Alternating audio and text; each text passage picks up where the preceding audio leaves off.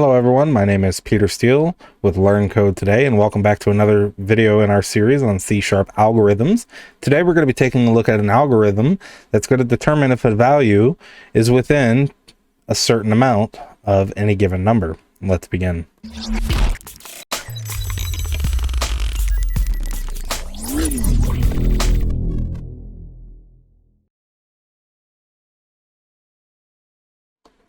All right, so as I said in the intro, we're going to be taking a look at another algorithm that we're going to create that's going to look at if a value is within a certain range of a predetermined value.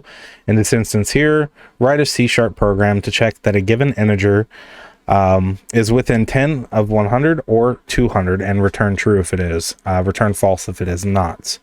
So as always, I've already copied the instructions over into our editor, and we're going to take a look at how we're going to do this.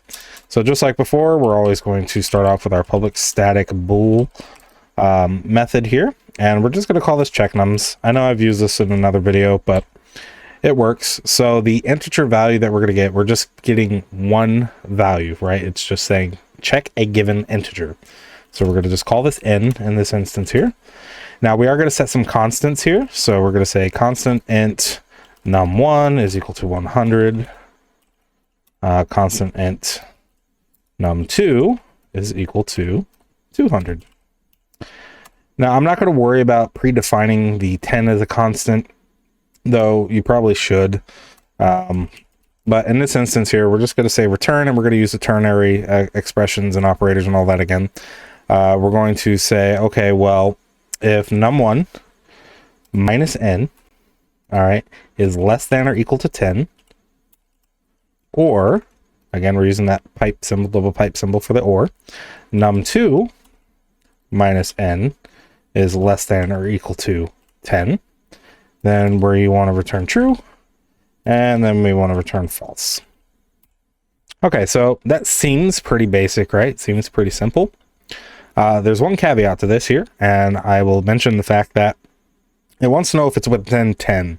Doesn't matter if it's negative 10 or positive 10. So we need to use the absolute value like we used in a previous exercise to make sure that we are properly checking this, because if you say less than or equal to 10 and you don't put in the absolute value, well, then it could get wonky when you start getting into negative numbers and give you results that you're not expecting. So it's easy to add that back in. So we just go to math.abs.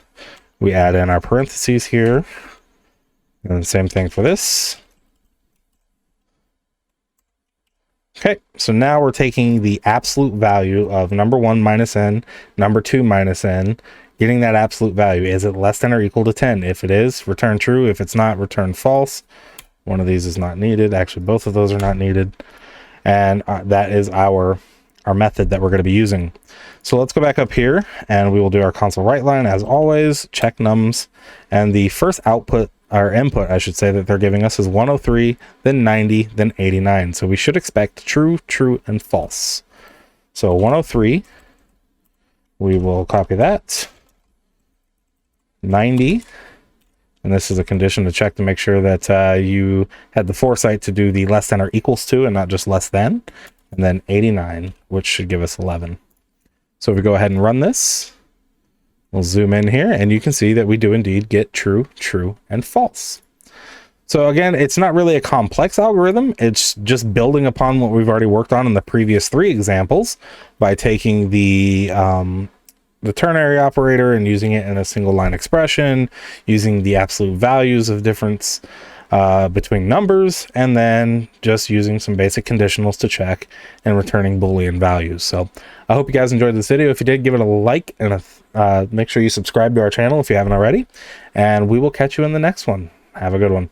Hey everyone, if you like that video, you know what to do. Smash that like button. And if you want more tips, tricks, and tutorials, make sure to subscribe and turn on notifications. You can find us on the web on Facebook and Twitter. And if you'd like to view more videos, just click on the video cards on your screen now.